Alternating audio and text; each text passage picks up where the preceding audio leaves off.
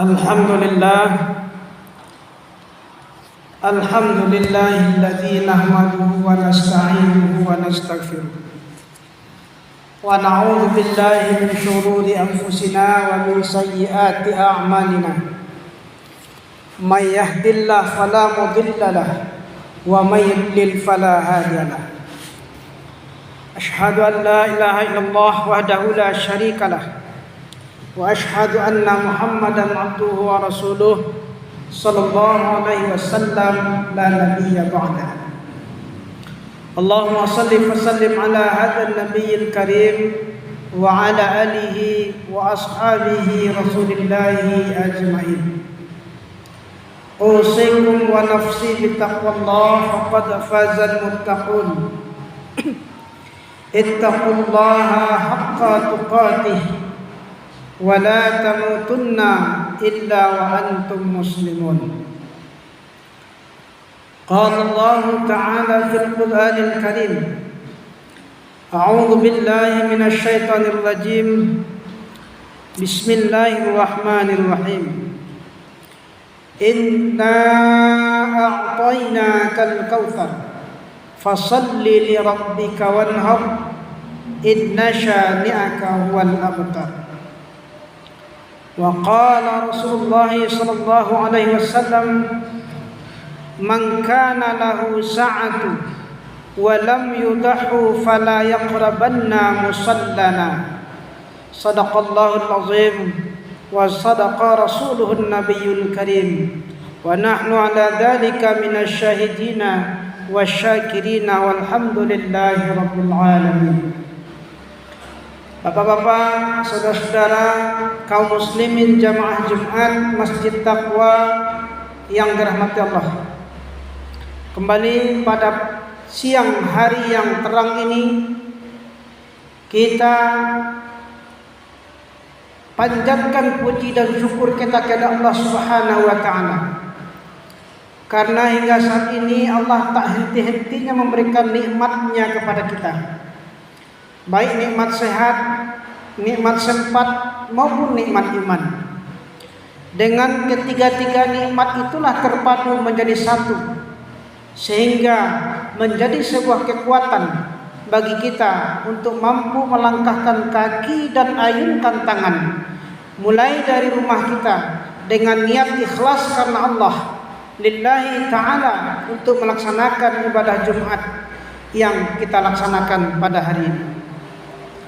Kemudian salawat beriring salam kita juga hadiahkan kepada junjungan kita Nabi besar Muhammad sallallahu alaihi wasallam. Karena salawat itu mampu membawa satu keselamatan bagi kita baik dunia maupun akhirat.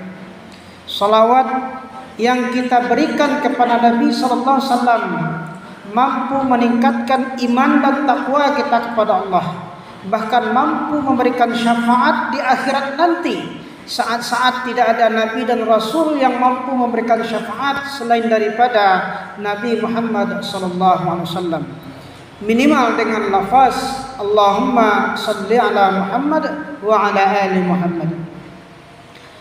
Kaum muslimin jamaah Jumat rahimakumullah, sebagaimana yang telah disampaikan oleh pembawa acara tadi bahwa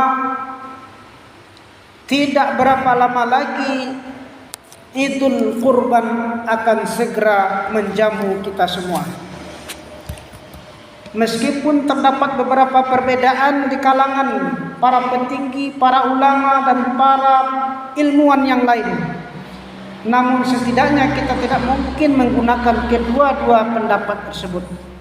Yang namanya pilihan, pasti kita akan pilih salah satu di antara yang dua. Alhamdulillah, sudah ditetapkan tadinya oleh pengurus masjid bahwa untuk Masjid Raya Gasan, Masjid Taqwa Gasan, diadakan sholat Idul Adha tanggal 10 Zulhijjah atau 9 Juli 2022. Mudah-mudahan kita yang hadir pada hari ini Allah berikan panjang umur, Allah berikan kesehatan hingga kita dipertemukan dengan Idul Adha yang akan datang. Amin, amin ya rabbal alamin. Kemudian daripada itu, bahwa sebagaimana yang kita kenal Idul Adha, dikenal juga dengan hari raya Idul Kurban, di mana disunnahkan bagi orang yang mampu, bagi kaum muslimin yang mampu untuk melaksanakan ibadah kurban. Kapan itu? Setelah ditunaikannya salat. Sebagaimana Allah Subhanahu wa taala berfirman dalam surah Al-Kautsar, "Inna a'tainakal kautsar." Sesungguhnya kata Allah, kami telah memberikan kepadamu nikmat yang banyak. Saking banyaknya nikmat itu, kita tak mampu hitung nikmat itu. Oleh karena itu, fasalli li rabbika wanhar, maka dirikanlah salat dan berkurbanlah, kata Allah. Makna yang tersirat dalam ayat yang kedua ini adalah dirikanlah salat dan berkurbanlah. Makna yang pertama, laksanakan kurban setelah melaksanakan ibadah salat. Artinya tidak ada syariat yang melaksanakan kurban dahulu kemudian salat belakangan. Ada beberapa tempat yang menyatakan demikian.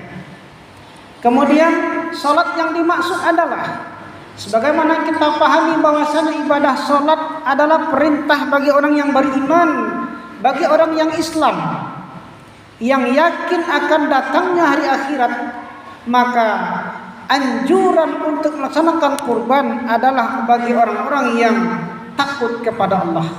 Siapa yang takut kepada Allah? Tentunya orang yang senantiasa melaksanakan ibadah salat. Orang yang senantiasa rukuk dan sujud bersama orang-orang yang rukuk dan bersama orang-orang yang sujud. Oleh karena itu, kaum muslimin rahimakumullah, inilah dasar utama kita dalam melaksanakan ibadah kurban, yakni hendaklah kita mendirikan salat. Mustahil ada orang yang berkurban tapi hari-harinya tidak melaksanakan salat. Andai pun itu ada, maka dikhawatirkan nanti ibadah kurbannya hanya dinilai sebagai ibadah sedekah biasa. Wallahu a'lam bishawab. Kaum muslimin jamaah Jumat rahimakumullah, terlepas daripada itu, ada beberapa fakta yang kita temukan di lapangan seputar kurban ini, yang insya Allah ini akan menjadi tema dan akan menjadi pembahasan kita kurang lebih 15 menit ke depan. Yang pertama, ada satu pertanyaan dari masyarakat. Ustadz, saya belum akikah, apakah boleh saya berkurban? Ini pertanyaan pertama. Kaum muslimin, kita mesti paham, kita mesti bisa membedakan antara akikah dengan kurban. Kita mesti bisa membedakan apa makna, kapan diadakannya, dan dalam rangka apa dua ibadah ini dilaksanakan. Maka secara singkat bisa kita jawab bahwa akikah sungguh sangat berbeda dengan kurban. Apa bedanya? Yang pertama, akikah dilaksanakan dalam rangka kelahiran seorang anak, baik laki-laki maupun perempuan. Apa sunnahnya? Sunnahnya adalah memotong seekor kambing jika anaknya perempuan dan memotong 2 ekor kambing jika anaknya laki-laki. Ini sunnahnya dalam rangka kelahiran anak. Kemudian yang kedua, akikah hanya dilaksanakan sekali seumur hidup. Tidak akan pernah akan ada dan tidak pernah dianjurkan akikah yang kedua, akikah yang ketiga, akikah yang keempat dan seterusnya. Tidak ada dalam syariat. Akikah hanya dilaksanakan sekali seumur hidup. Berbeda dengan kurban. Kurban dilaksanakan dalam rangka Idul Kurban, dalam rangka melaksanakan sunnah Nabi Ibrahim alaihissalam yang menyembelih anaknya Ismail, yang kemudian digantikan dengan seekor kibas oleh Allah Subhanahu wa taala. Dan itu menjadi sunnah di era Nabi Muhammad SAW dan dilanjutkan di masa khalifah sampai saat ini. Maka tidak salah sekiranya kita mendengar ada kisah yang meriwayatkan bahwa Nabi sallallahu alaihi wasallam pernah menyembelih 100 ekor unta untuk kurbannya. Ini yang pertama. Kemudian kurban yang kedua, kurban ini tidak ada batasan kalinya. Jika akikah hanya 1 kali, sementara kurban boleh berkali-kali sebatas kemampuan kita. Boleh 5, boleh 6, boleh 7, boleh lebih. Bahkan sepanjang tahun pun boleh, asalkan dilaksanakan di hari raya kurban. Jangan dilaksanakan di luar kurban, tidak boleh. Mesti dilaksanakan di hari raya kurban. Kemudian ada juga yang menanyakan, pertanyaan berikutnya, haruskah saya ikut 7 kali berurutan atau di sela-sela? Tadi sudah dijawab bahwa kurban itu dilaksanakan dalam rangka hari raya Idul Adha. Jika Idul Adha datang setiap tahun, maka bagi kita yang mampu, maka laksanakanlah kurban setiap tahun. Tidak ada hitungannya Bapak-bapak kaum muslimin. Saya sudah kurban 7 kali, esok mungkin yang lain lagi, esok mungkin tidak. Sebatas ada kemampuan maka berkurbanlah. Karena perintah berkurban ini tidak ada jumlah kalinya. Perintahnya hanyalah laksanakan salat dan berkurbanlah. Tidak ada hitungannya 1 kali, 2 kali, 3 kali. Sepanjang ada ketemu hidup kita, nyawa kita ini ketemu dengan Idul Adha dan kita mampu dari sisi ekonomi, maka berkurbanlah. Kemudian yang ketiga, ada pertanyaan, Ustadz, saya punya hutang.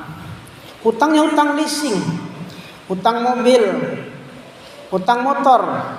Wajibkah, dikenakankah saya kurban?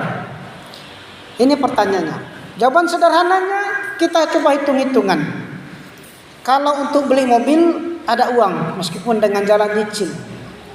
Untuk beli motor ada uang meskipun dengan jalan nyicil. Pertanyaannya kemudian, enggak bisakah kita menabung uang kita selama setahun agar tahun depan kita bisa ikut kurban? Ini sebuah pertanyaan. Sehingga bagi kita yang hari ini yang sedang terkungkung dengan hutang-hutang leasing, baik hutang mobil, hutang rumah, hutang motor, hutang segala macam jenis elektronik, sekiranya kita ada niat di dalam hati kita, kalaupun hari ini, kalaupun tahun ini kita belum punya kemampuan, maka niatkanlah untuk tahun depan, mulai menabung hari ini. Bisa berapa dalam sebulan? Apalagi jika pengurus masjidnya menyediakan sistem cicilan, buka pendaftaran, langsung nyicil per bulan berapa. Anggap itu sebagai hutang kita kepada Allah. Sebagaimana hutang kita kepada manusia kita bisa nyicil, maka begitu juga hutang kita kepada Allah. Sangat riskan, sangat aneh sekiranya kita mampu leasing mobil yang harganya ratusan juta rupiah, kita mampu leasing motor yang harganya puluhan juta rupiah, namun kurban hanya anggaran 2-3,5 sampai 3 juta saja, kita masih menganggap diri kita tidak mampu. Wallahu a'lam bishawab. Kemudian berikutnya, bolehkah saya kurban dengan 1 ekor sapi? Boleh. Jadi 1 ekor sapi itu tidak harus 7 orang kaum muslimin. 1 orang 1 ekor sapi bisa untuk semua keluarga. Bahkan Nabi SAW pernah melaksanakan kurban 1 ekor unta itu untuk dirinya, untuk keluarganya, dan untuk semua umatnya. Namun jangan pula ini dijadikan alasan, 1 saja sudah cukup, kanlah tabau kasadua lahannya itu. Jangan sampai ada yang seperti itu. Kemudian berapakah umur hewan kurban, sapi atau kambing? Ini masih terjadi perbedaan pendapat. Untuk kambing umurnya 1 tahun sudah masuk tahun kedua. 1 tahun itu kan 12 bulan Pak. 12 bulan, jika kambingnya sudah berumur 13 bulan ke atas, maka sah untuk dikurbankan. Begitu juga dengan hewan sapi, umurnya 2 tahun masuk tahun ketiga. 2 tahun itu 24 bulan. Kalau umurnya sudah 25 bulan, maka boleh untuk dikurbankan. Ini saja standar umurnya. Kemudian ada satu pertanyaan yang mencolok dari beberapa jamaah. Bolehkah mengambil bahagian dari kurban sebagai upah atau imbalan? Nah, ini yang sering terjadi. Banyak orang, terutama di kurban kelompok, ada beberapa tempat kurban kelompok ini maksudnya 1 ekor sapi, pesertanya 7 orang. Namun ketika pemotongan baginya tidak bagi 7, tapi dibagi 8, Pak. Kemana yang 8-nya? 8-nya ini dianggap sebagai upah bagi pekerja. Ini tidak dibenarkan. Tidak dibenarkan mengambil bagian dari hewan kurban, apapun namanya, yang menempel di hewan kurban itu sebagai imbalan atau sebagai upah. Bahkan termasuk memperjualbelikan kulit dan uang kulit itu dimanfaatkan untuk biaya operasional kurban. Tidak dibenarkan. Juallah kulit itu, tetapi uangnya berikan ke fakir miskin, karena dia adalah pembagian. Masalah ini sama halnya dengan masalah zakat. Ada orang mengatakan kulit untuk sidang. Tidak ada. Sidang itu siapa yang ada di sidang? Orangkah atau benda? Sama halnya dengan zakat. Bolehkah kita berzakat kepada masjid atau musala? Tidak ada anjurannya. Kita berzakat kepada orang. Maka begitu juga halnya kulit. Panitia sah-sah saja menjual kulit, namun uangnya jangan diberikan, jangan dipakai untuk biaya operasional penyembelihan, untuk upah, untuk yang lain-lain, tetapi berikan semuanya. Berapa? 1 lembar kulit berapa? 1 lembar kulit katakanlah 60.000. Ada 2 lembar kulit 120.000. Cari fakir miskin, berikan kepada fakir miskin. Jadi kalau sampai saat ini masih ada sidang-sidang Jumat, yang menyatakan kulit untuk sidang, ini untuk sidang, ini untuk sidang, tidak ada anjuran syariatnya. Kalaupun toh sidang mau, berikan dulu kulitnya kepada fakir miskin, minta sidang yang beli kepada fakir miskin tersebut. Itu jelas. Dan jika ini dilanggar, maka dosanya ditanggung oleh panitia 100%. Kemudian